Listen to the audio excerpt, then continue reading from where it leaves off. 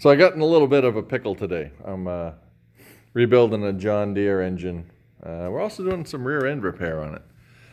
6076T John Deere diesel. Brought all the tools to the shop to work on engines today, but I completely forgot to bring my piston ring compressor. So I took a spare. We're redoing liners, pistons, the whole deal. So it's a whole refresh. So I took one of the liners and brought it over the old Enco lathe here and parted off about, I don't know, 5-6 inches of the cylinder liner.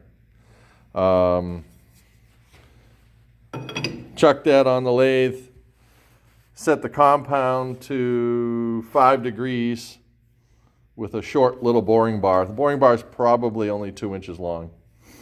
And went as deep as I could to put a 5-degree taper on the end of the cylinder liner. So the old days watching the boys at the drags, they rebuild the engines every time. They just had these little tapered adapters. So I have an old nasty piston here. But, oh boy, those are freaking heavy. So what I ended up doing was just making a little adapter, and you can seat a piston. So it just drops right in there, and piston installed in the liner in one shot in about 3 seconds, and that was one-handed. So yeah, it's just a piece of an old cylinder liner, 5-degree taper for about 2 inches.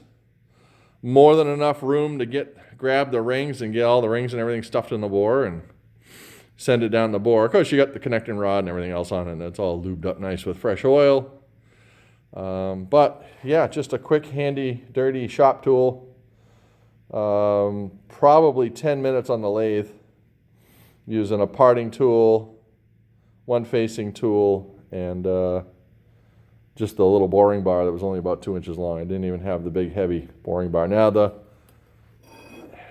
inner part of the cylinder is certainly hardened.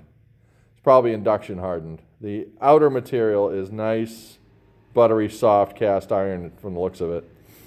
But the inner part is very hardened. So it squealed a lot, it complained a lot, it smoked some, but the carbide still put a beautiful taper on it. So ran it, put a taper on it, hit it with the sandpaper for a couple of minutes, cleaned it off, and it took 15 seconds apiece to put all 6 pistons back in the cylinder. So, and even have all the arrows going the right way. So anyway, something cool to try.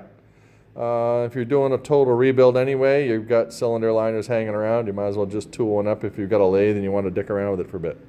Anyway, have an awesome day. See ya.